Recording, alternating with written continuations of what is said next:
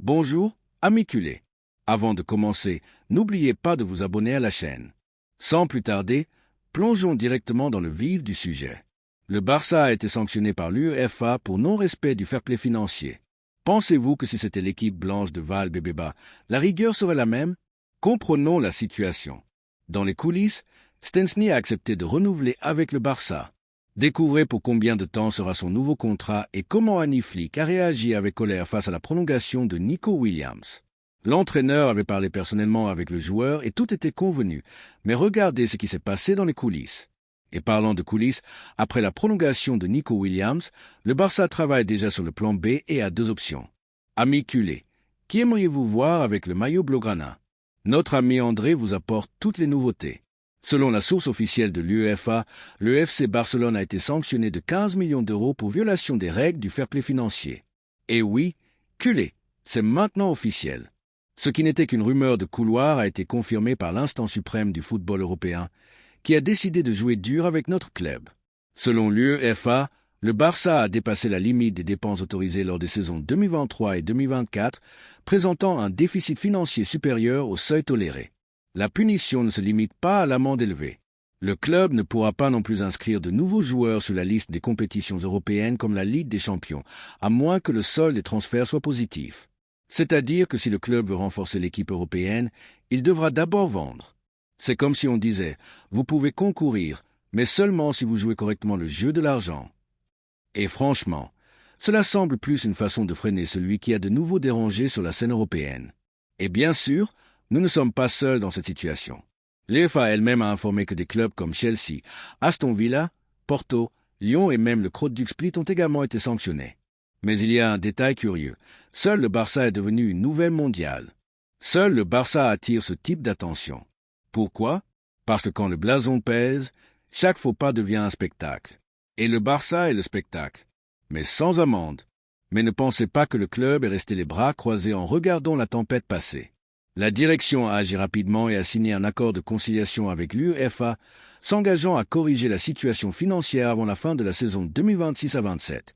C'est-à-dire que le Barça sera sous surveillance maximale pendant les 2 prochaines années. Pendant cette période, il devra présenter des rapports financiers propres et conformes aux normes. S'il atteint les objectifs, parfait, mais s'il échoue, la bombe sera bien plus grosse que 15 millions. L'accord signé prévoit un régime d'objectifs. En 2026, le club doit présenter un déficit maximal de 5 millions d'euros et jusqu'en 2027, il doit démontrer qu'il est financièrement équilibré. Sinon, l'amende pourrait passer de 15 à 60 millions d'euros. Et pire encore, si les objectifs ne sont pas atteints, le club pourrait être exclu des compétitions européennes pour jusqu'à 3 saisons. Oui, vous avez bien lu. Nous parlons de la possibilité réelle de voir le Barça hors de la Ligue des Champions pendant 3 années consécutives. Le maillot le plus prestigieux du continent, la maison de Messi, Xavi, Iniesta, Ronaldinho et tant d'autres cracks hors de la scène principale du football européen. C'est une absurdité majeure et pourtant c'est ce que l'UEFA a mis sur la table. Le club, bien sûr, ne veut pas que cela arrive. Le projet sportif continue fermement avec Deco travaillant dans les coulisses et la direction traçant des plans pour équilibrer les comptes sans renoncer à la compétitivité. L'accent est maintenant mis sur la clarté, la discipline et l'intelligence dans les affaires. Le fan peut s'inquiéter, mais il ne doit pas douter que le Barça a toujours su se réinventer au milieu des crises et cette fois ne sera pas différente. Maintenant, entre nous, il y a quelque chose que personne n'ose dire à haute voix. Si c'était le Real Madrid à la place du Barça, est-ce que l'UEFA aurait le même courage pour appliquer cette punition? Ou est-ce que, comme toujours, le silence et la complicité régneraient à Valdebebas? Selon ESPN, oui, culé, Boye Szczęsny a dit oui au Barça. Et si vous pensiez que l'histoire du Polonais au camp allait être une simple parenthèse rapide, vous vous êtes trompé de bout en bout. À 35 ans, le vétéran gardien a déjà signé le contrat avec le club pour 2 saisons supplémentaires en format 1+1, renforçant le poste de gardien blaugrana pour les défis de la saison 2025 à 26. Et attention, son histoire ici semble sortie d'un scénario de film. Szczęsny profitait déjà de sa retraite, loin des terrains de jeu, pensant que sa carrière était terminée, mais l'appel qui a tout changé est arrivé. Le Barça est apparu dans sa vie et, comme il a dit lui-même avec cette franchise qui le caractérise, si vous dites non au Barça, c'est que vous n'avez pas le courage pour un tel défi. Point. Phrase de quelqu'un qui sait ce que signifie porter ce maillot avec fierté. Bien que son contrat précédent se soit officiellement terminé le 30 juin, la direction n'a jamais perdu l'espoir de garder Szczęsny. Malgré l'arrivée du jeune Johan Garcia, l'idée était claire. Compter sur un gardien expérimenté et fiable comme deuxième option, surtout avec la situation incertaine de Ter Stegen et le départ presque certain d'Iñaki Peña sur ce marché. Et soyons justes, Szczęsny est arrivé et s'est approprié le poste de titulaire. Il a pris la place dans les buts lorsque Ter Stegen était blessé et ne l'a plus lâché. Ce furent 30 matchs, 36 buts encaissés et 14 rencontres avec une cage inviolée. Tout cela en aidant le Barça à conquérir le triplé national, la Liga, la Coupe du Roi et la Supercoupe. Une performance que personne n'attendait de la part de quelqu'un qui était déjà à la retraite, mais qui démontre l'ampleur de la réponse qu'il a donnée sur le terrain. La prolongation, bien sûr, n'a pas été un oui instantané. Le gardien a fait ce qu'il fallait. Il s'est assis avec sa famille, a parlé, a pensé à l'avenir et a décidé de continuer à être culé. Avec cela, le puzzle des gardiens blaugrana prend forme. Ter Stegen, Johan Garcia, Iñaki Peña sur le point de partir et Szczęsny comme ce plan B de luxe, le type de joueur que tout entraîneur veut avoir sur le banc et parfois même dans le 11 titulaire. Maintenant, il ne reste plus que l'annonce officielle, mais au sein du club, c'est déjà considéré comme fait. Et voici la question qui brûle dans l'âme du fan et dans les couloirs du camp, avec Szczęsny au sommet de sa forme et Ter Stegen dans le flou. Est-ce que l'Allemand reste le propriétaire du maillot numéro 1 du Barça ou un nouveau cycle a-t-il déjà commencé et personne n'a osé le dire à haute voix? Selon Mundo Deportivo, le Barça a 2 atouts dans sa manche pour enflammer l'attaque lors de la saison 2025-26. Luis Diaz ou Marcus Rashford. Après le saut d'eau froid que fut la prolongation de Nico Williams avec l'Athletic jusqu'en 2035, le Barça n'a pas eu le temps de se lamenter. Maintenant, tous les regards sont tournés vers 2 grands noms et la bataille promet de chauffer l'été catalan. Le favori de la direction, surtout de Deco, est Luis Diaz. Le Colombien, qui vient d'une saison spectaculaire à Liverpool, a marqué 17 buts et délivré 8 passes décisives en 50 matchs. Un joueur rapide, vertical, avec un flair de buteur et la capacité de marquer de l'extérieur de la surface, en plus d'apporter beaucoup en pression défensive. Un ailier moderne, complet avec un sang compétitif. Le problème, c'est de le sortir d'Anfield, digne d'un film d'espionnage. Le club anglais a déjà fait savoir qu'il n'était pas à vendre selon Sky Sport. Et si un dialogue s'ouvrait, l'offre devrait partir d'au moins 80 millions d'euros. Pour empirer les choses, le moment de Liverpool est délicat. La mort tragique de Diogo Jota a affecté l'ambiance interne et tout mouvement impliquant des attaquants est pour l'instant gelé. Bien que Diaz ait laissé entendre son admiration pour le Barça, il ne semble pas complètement décidé à forcer un départ. Au contraire, il serait également prêt à prolonger avec les Reds, c'est-à-dire une histoire pleine de chapitres imprévisibles et une fin loin d'être simple. De l'autre côté du ring apparaît Marcus Rashford, qui pourrait être l'option la plus viable en ce moment. À 27 ans, l'attaquant anglais est retourné à Manchester United après un prêt à Aston Villa, où il a eu de bons moments, mais pas suffisamment pour que les Villans exercent l'option d'achat de 46 millions d'euros. Et United a déjà fait savoir qu'il était prêt à le vendre. Le prix, justement, c'est 46 millions. Ici, un facteur décisif entre en jeu. Rashford veut venir au Barça. Il est prêt à réduire son salaire et même à accepter un prêt avec option d'achat. Tout pour réaliser son rêve de porter le maillot blaugrana. Selon le journaliste Ben Jacobs, le joueur a déjà communiqué à United qu'il souhaitait partir et que sa destination idéale serait Barcelone. Et plus encore, les Red Devils préparent déjà le maillot numéro 10 pour Matt Cunha, un autre signe clair que Rashford a un pied hors d'Old Trafford. Et le style de jeu? Rashford a l'avantage de la polyvalence. Il peut jouer des 2 côtés et aussi comme avant-centre. Il est rapide, habile, termine bien et sait profiter des espaces. Bien que sa saison ait été moins impactante que celle de Diaz, avec 11 buts et 9 passes décisives en 41 matchs, son adaptation tactique pourrait être plus rapide et son coût plus accessible. Alors que le marché s'échauffe, la direction culée court contre la montre pour décider qui sera le nouveau propriétaire de l'aile gauche de l'attaque. Un Colombien en état de grâce, mais lié à un contrat millionnaire, ou un Anglais talentueux, avec l'envie de venir, mais qui doit encore regagner la confiance. Et vous, culé, prendriez-vous le risque fort pour Luis Diaz malgré toute la résistance de Liverpool? Ou miseriez-vous sur la rédemption de Rashford en ayant confiance que Barcelone est la scène où il peut finalement exploser? Selon le programme Costa de Catalunya Radio, l'entraîneur en flic est déçu par Nico Williams pour avoir tourné le dos au Barça, et ce n'est pas pour rien. Culé.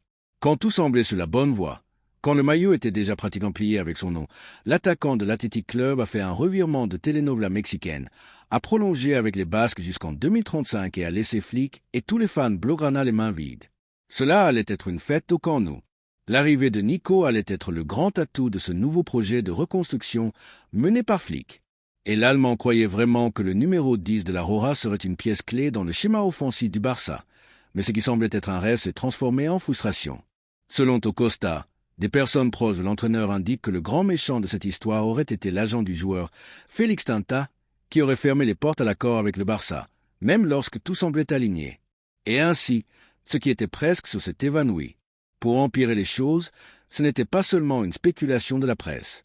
Le journaliste Fabrizio Romano a confirmé le 19 juin que le Barça et Nico étaient parvenus à un accord total, un contrat jusqu'en 2031 avec un salaire entre 7 et 8 millions d'euros. Et le plus frappant, le joueur lui-même aurait réduit ses exigences salariales pour faciliter l'accord. Tout indiquait qu'il avait hâte de jouer au Camp Nou et ce n'était pas seulement un désir de ce côté. Flick a contacté directement Nico, selon le programme Gigante, pour lui présenter le projet, lui expliquer comment il s'intégrerait dans l'équipe et lui montrer qu'il aurait un rôle de premier plan.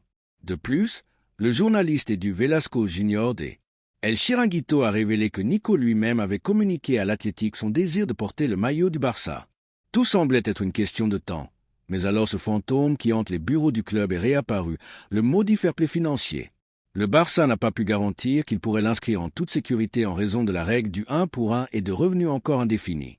Cela aurait généré de l'incertitude dans l'entourage du joueur, ce qui a conduit à la fin que personne ne voulait. Prolongation avec l'Athletic jusqu'en 2035. Flick, qui planifiait déjà avec Nico sur l'aile gauche, a vu son projet s'effondrer avant même de commencer. La frustration de l'entraîneur n'est pas seulement due à la perte d'un joueur prometteur, mais parce que la négociation semblait conclue et tout s'est écroulé pour des facteurs extrasportifs. Maintenant, la question inévitable est, le Barça a-t-il perdu Nico à cause des gens ou était-ce simplement un autre chapitre de l'éternel roman financier qui empêche le club de rêver grand? Selon le canal Winsport de Colombie, Luis Diaz a rompu le silence sur son avenir au milieu de la tempête. Le Barça a de nouveau posé ses yeux sur lui et le Colombien est devenu le nom le plus chaud du marché blaugrana. Et attention, culé, préparez-vous car ce roman promet des chapitres à couper le souffle.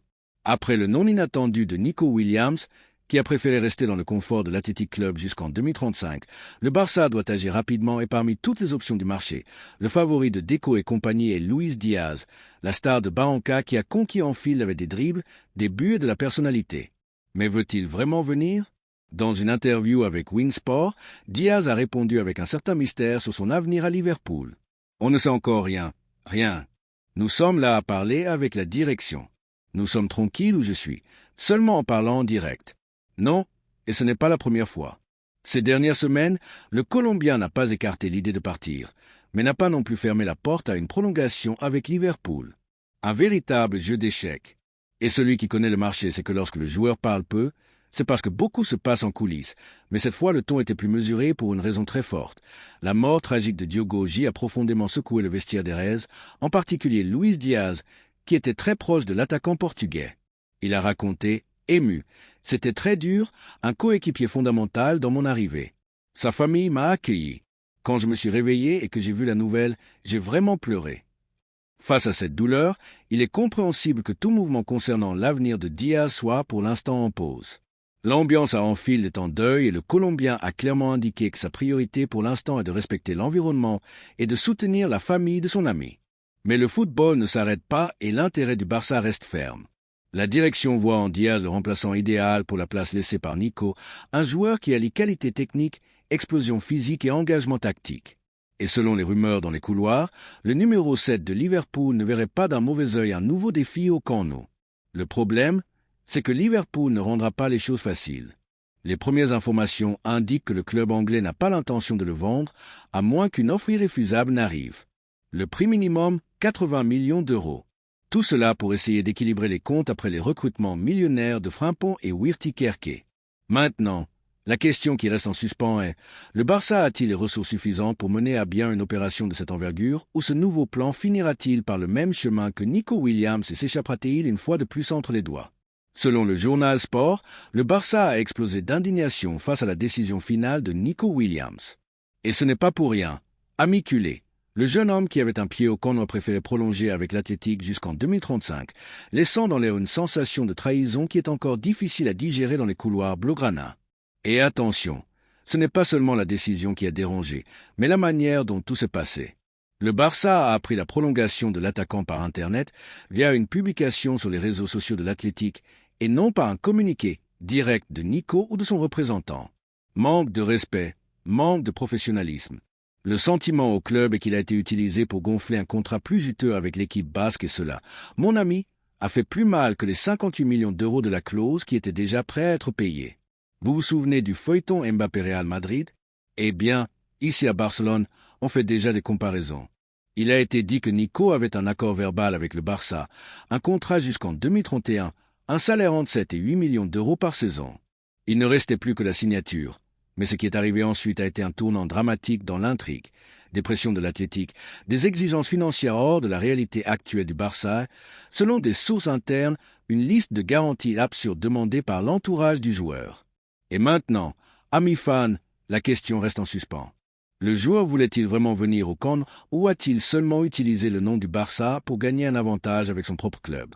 Pour empirer les choses, l'Athletic a tenté de torpiller l'opération dans les coulisses, en présentant des plaintes formelles à la Ligue et en demandant des audits sur les finances du Barça. Tout pour garder sa star à la maison. Et ils ont réussi. Nico a dit non, il a fait des serments d'amour à l'Athletic. Il a dit qu'il avait suivi son cœur, mais le mal était déjà fait. Dans les couloirs du Camp Nou, le sentiment est qu'il a joué avec les sentiments du club et des fans. Une porte qui semblait grande ouverte s'est maintenant fermée brutalement sans chance de se rouvrir. Nico Williams peut continuer à briller à Bilbao, mais en Catalogne, il a perdu la confiance pour toujours. Et maintenant je vous demande, culé, le Barça devrait-il continuer à miser sur des jeunes qui ne montrent pas un engagement réel avec le club, ou est-il temps de changer de cap et de chercher ceux qui veulent vraiment porter ce maillot avec fierté?